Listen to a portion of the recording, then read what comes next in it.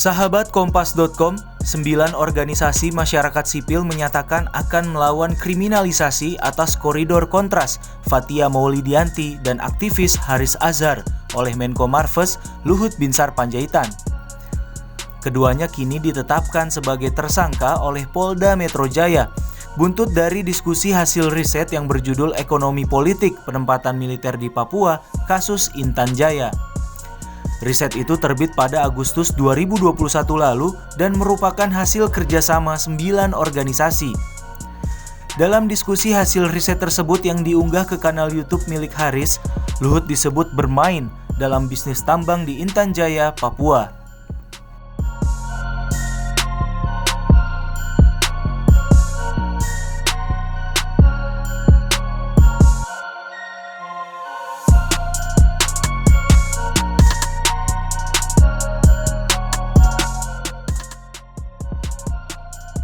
Ketua Yayasan Lembaga Bantuan Hukum Indonesia, Muhammad Isnur, mengatakan kriminalisasi Luhut atas Haris dan Fathia bukan hanya kriminalisasi atas 2 orang tersebut, melainkan juga atas kerja-kerja profesional lembaga swadaya.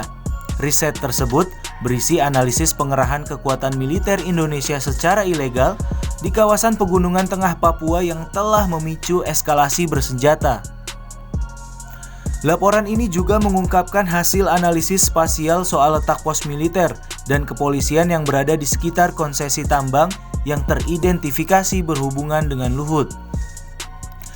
Daerah-daerah konsesi tambang itu juga disebut berdampak pada pemukiman-pemukiman warga yang akhirnya mesti mengungsi secara terpaksa.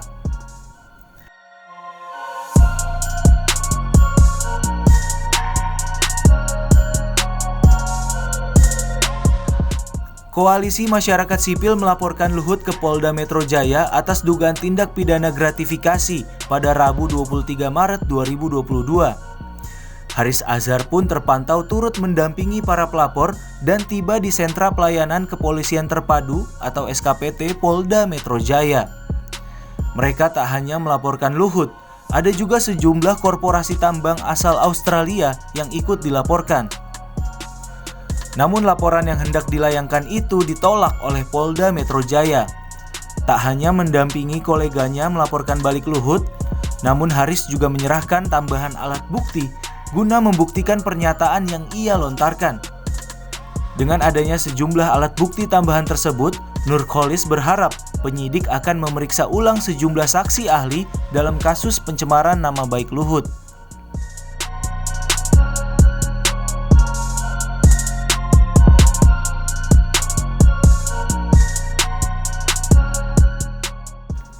Perkara ini berawal dari percakapan antara Haris dan Fathia dalam video yang diunggah di kanal YouTube Haris Azhar. Dalam percakapan itu, keduanya menyebut Luhut bermain dalam bisnis tambang di Intan Jaya, Papua. Merespon hal ini, Luhut membantah tudingan tersebut dan melayangkan 3 kali somasi kepada keduanya.